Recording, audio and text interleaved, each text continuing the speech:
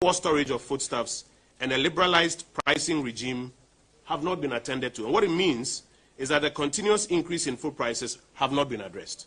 Food price inflation will therefore remain in the medium term.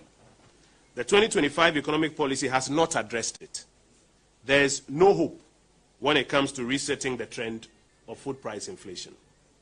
Transport fares. Unfortunately, you can expect that transport fares will continue to rise. This is because the government has not introduced any measure to intervene with the market forces. You will recall that at the tail end of our administration, we announced the policy and actually started a shift towards electronic vehicles, among other things. The underlying issues of fuel and the increasing cost of imported spare parts have not been addressed in the 2025 economic policy.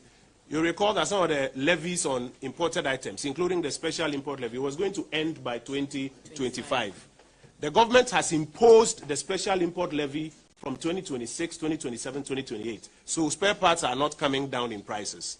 And if spare parts are not coming down in prices and fuel is not coming down in prices, what does it mean for transport fares? You are going to see a continued increase in transport fares. So I'm sorry to inform you that there's no hope when it comes to the reset they promised on the matter of increase in transport fares. On the matter of unemployment among the youth, which is one of the biggest issues, remember we did about 2.3 million jobs because through a combination of growing the economy average 7% before 2020, and then during this recovery back up to 5.7% by 2024, we were able to create a lot of space, and like Abna mentioned, in the private sector expansion to create jobs, about 2.3, and they said it wasn't good enough.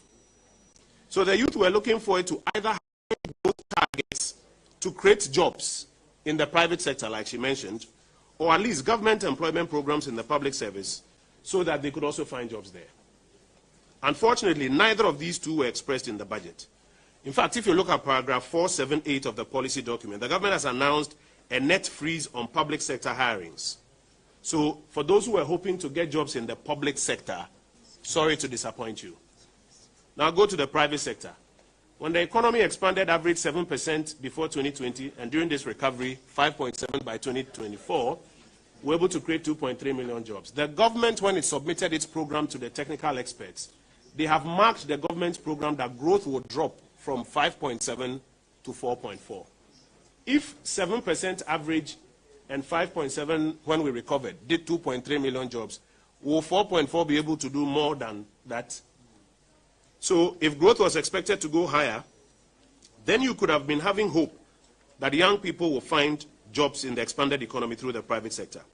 Despite their rhetoric, the facts are that the hope for jobs has been extinguished in this 2025 budget. There's no resetting here. Actually,